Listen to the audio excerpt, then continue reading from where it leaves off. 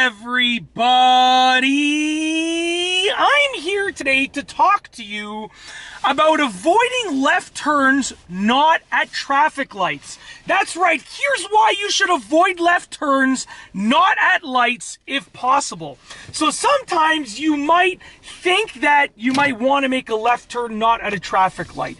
And I would recommend that you avoid them if at all possible. And I'll tell you why. So first and foremost, if you can't avoid them, if you have to make the left turn, then make the left turn safely. Very simple. As long as it's legal, make the left turn safely. Go for it.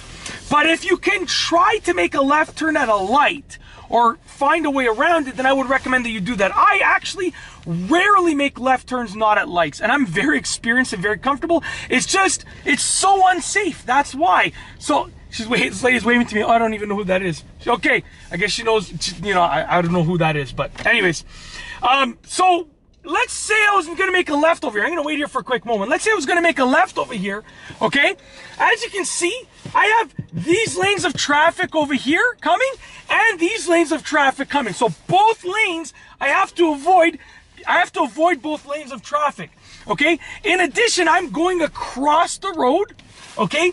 And in addition, I have to worry about pedestrians crossing in front of me and potentially even pedestrians jaywalking on either side. So I have to worry about 4 lanes of traffic right here, 2 in either direction before making the left. I have to worry about that set of lights, that intersection over there. There's another set of lights over there. I have to worry about pedestrians in all directions. I have to worry about making the turn smoothly and safely. I'm going to make a right instead right now, just so you know. I have to worry about so many things. And here's the thing. If I get one of those things wrong, or if I misinterpret just one of those things, it can cause a horrible accident. When you're making a left turn, because you're cutting across lanes of traffic, if you do get into an accident, it's actually much, much worse than if you were going to make a right turn. And because your car ends up being perpendicular to the other cars, right? You're going like this while the cars are going like this. So if you do get into an accident, it's usually worse. It's usually a T-bone accident. And usually it's not just you and another car. There's usually 3 or more cars involved in this accident now. So here's my thing. Okay, I have seen so many accidents happen, or near accidents also, happening at sets of intersections where people are making a left without a light, that I've learned that it's just probably one of the most unsafe driving situations that you can be in because so much is going on.